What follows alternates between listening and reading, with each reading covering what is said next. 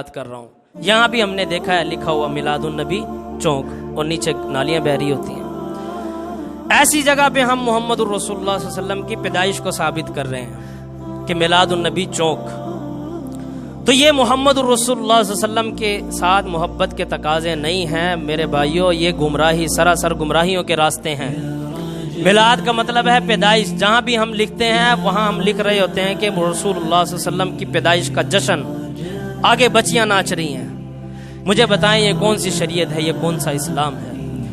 آپ کی محبت سر آنکھوں پر, آپ کی محنتیں سر آنکھوں پر, لیکن آپ کے یہ طریقہ کار انتہائی گمراہیوں والا طریقہ کار ہے, گمراہیوں کا راستہ ہے. تو یہ غلط ٹریک ہے, غلط راستہ ہے, اس کو چھوڑیں اور صحیح راستے کو اختیار کریں. آپ تھوڑا عمل کر لیں لیکن سنت رسول صلی اللہ علیہ وسلم کے مطابق کریں. آپ کی محنت بھی ضائع نہیں جائے گی, آپ کی محبت بھی ضائع نہیں جائے گی. ایک صحابی رسول, دوبارہ مجھے وہی صحابی یاد آ جاتے ہیں کئی معاملات میں, جس نے آ کر محمد الرسول اللہ صلی اللہ علیہ وسلم کی بارگاہ میں آ کر کہا, اللہ کے رسول صلی اللہ علیہ وسلم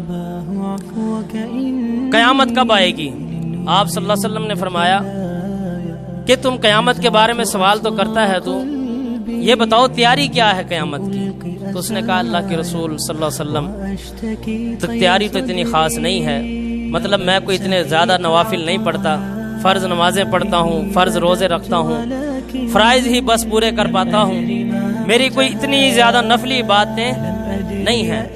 ہاں اتنی ایک تیاری ضرور ہے, بس میں یہ ہے کہ میں اللہ اور اس کے رسول سے سچی محبت کرتا ہوں, دل سے محبت کرتا ہوں. مجھے اللہ سے بھی محبت ہے اور اس کے رسول صلی اللہ علیہ وسلم سے بھی دلی محبت ہے. تو آپ صلی اللہ علیہ وسلم نے فرمایا کہ ٹھیک ہے, تجھے یہ تیری محبت ہی کامیاب کر دے گی. کل قیامت کے دن تیری یہ جو محبت ہے اللہ اور اس کے رسول سے, یہ تجھے کامیاب کر دے گی. یعنی آپ کا عمل بھلے تھوڑا ہے لیکن سنت کے مطابق ہے, اور آپ کی محبت بھی اللہ اور اس کے رسول سے سچی ہے, تو انشاءاللہ آپ کامیاب ہو جاؤ گے.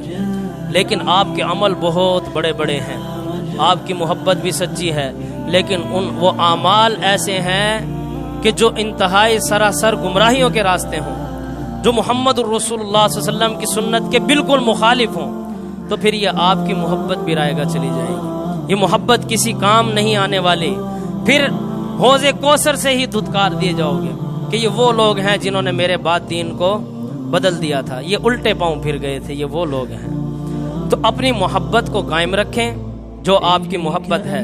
آپ کا جذبے کو سلام, آپ کی محبت کو سلام, اور آپ جو مال خرچ کرتے ہیں اس کو سلام, لیکن اپنے راستے کو درست کریں کہ کوئی بھی قدم اٹھائیں تو وہ محمد الرسول اللہ صلی اللہ علیہ وسلم کی سنت کے مطابق ہو. وگرنہ اللہ کی قسم آپ ساری زندگی ماتھا رگڑتے رہیں تو وہ کسی کام نہیں آنے والا. مغرب کی نماز کے اندر 3 رکعتیں ہیں, کوئی بندہ کہے کہ مجھے محبت ہے اللہ سے, میں 5 رکعت کی نماز پڑھوں گا, آج میں 5 رکعتیں پڑھوں گا اور 5 رکعت میں سلام پھیروں, اور وہ نماز پڑھتا چلا جائے. کل قیامت کے دن اس کی یہ محبت نہیں دیکھی جائے گی, اس کی یہ محنت نہیں دیکھی جائے گی, بلکہ وہ نماز لپیٹ کر اس کے منہ پہ مار دی جائے گی. اور ہو سکتا ہے اس عمل کی وجہ سے اس کو عذاب بھی دیا جائے کہ اس نے شریعت کو بگاڑا ہے, اس نے نماز کو خراب کیا ہے. تو اس بات سے سمجھ لیں کہ عمل کوئی بھی ہوگا وہ محمد رسول اللہ صلی اللہ علیہ وسلم کی سنت کے عین مطابق ہوگا. اگر وہ سنت کے مطابق نہیں ہے تو اس کے اندر بھلے جتنی بھی محبت شامل ہو, جتنی بھی محنت شامل ہو, وہ کسی کام کا نہیں.